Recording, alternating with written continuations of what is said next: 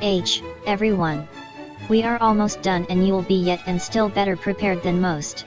This lecture discusses obtaining gainful employment and here is Bill to explain more. Welcome to the last Friday in the session. We are glad everyone could travel this road with us and help make this world a better place by striving for achievement in all you do. And now an outline to achievement. Chapter 13, Week 5. Obtain gainful employment. Being fortunate enough to retire early from a company that had been invested in so much so that economic success was guaranteed with or without assistance, obtaining gainful employment is good for mental stability. Worth untold millions and voted out of your own company, you may be the majority stockholder, but 49% is not 51. You'd got beside yourself with the voyage to Mars, and back down on Earth you'd lost the re-election and your chance at redemption. You are still useful, but you let power go to your head, and now that you are unemployed, you need something to occupy your time, so you don't turn to crime. An idle mind is the devil's workshop, my grandmother Lillian would always say.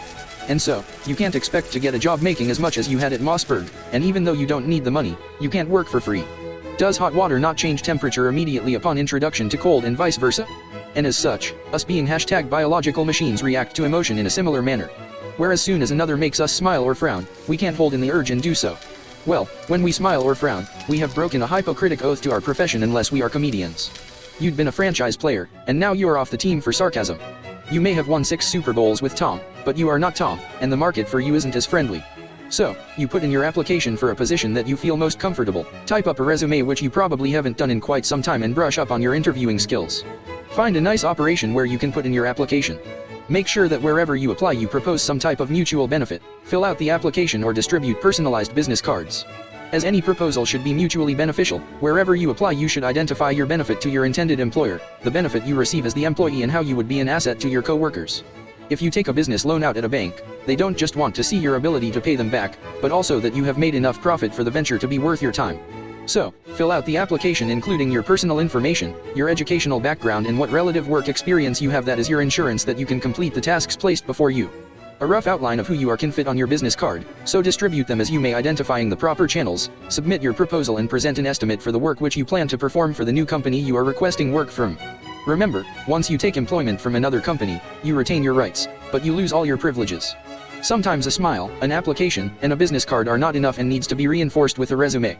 This document is a written picture of you for your file wherein you should provide your location and contact information, describe attributes of yourself in detail, and provide a list of the relevant references for whom you have done work in the past.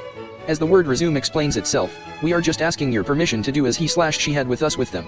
Notwithstanding any physical features, on this resume the employer has no need to know any sizes, height, or other dimensions and a minimal ethnicity that can only be determined by your name unless you are trying to be a model. It should include only relevant qualifications pertaining to the job to be performed. The last thing you want to hold up on is the decision to hire for a job based on race.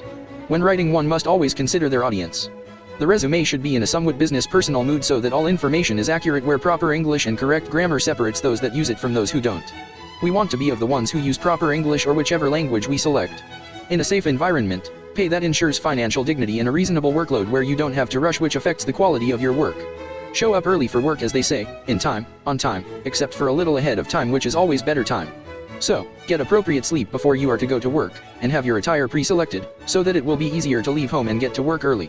Give an honest day's work for a reciprocal pay, so complete your specified tasks by approaching them with a positive attitude. Start the task or tasks prepared with the proper tools for the job, and so that you will have no hold-ups which lead to excuses, go by the book. It is always best to do as done before, as innovation is not suggested in lieu of the book, but vice versa and only when necessary. You could be a sharecropper or even one who picks cotton, but we all have a harvest season or time. For some it is once every 2 weeks, and for others like the sharecropper once a year. Some only sell Christmas trees, once a year, while others sell things others need every day like toilet paper. So, in whatever you do gather together your money's earned, because you don't want what you have in excess of. Those who grow corn don't want the corn but its fair market value. If you have hours that you have worked, you don't want the time back but its equivalent in economic potential.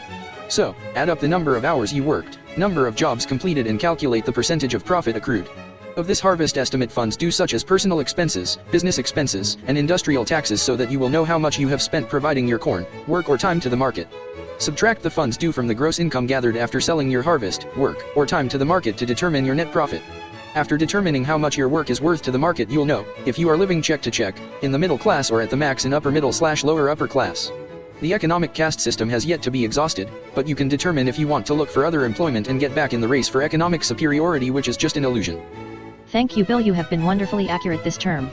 If there are any questions we will take them at this time, but remember XIII final paper and exam are our next and last class. You have been wonderful, and we thank you for your time and attention.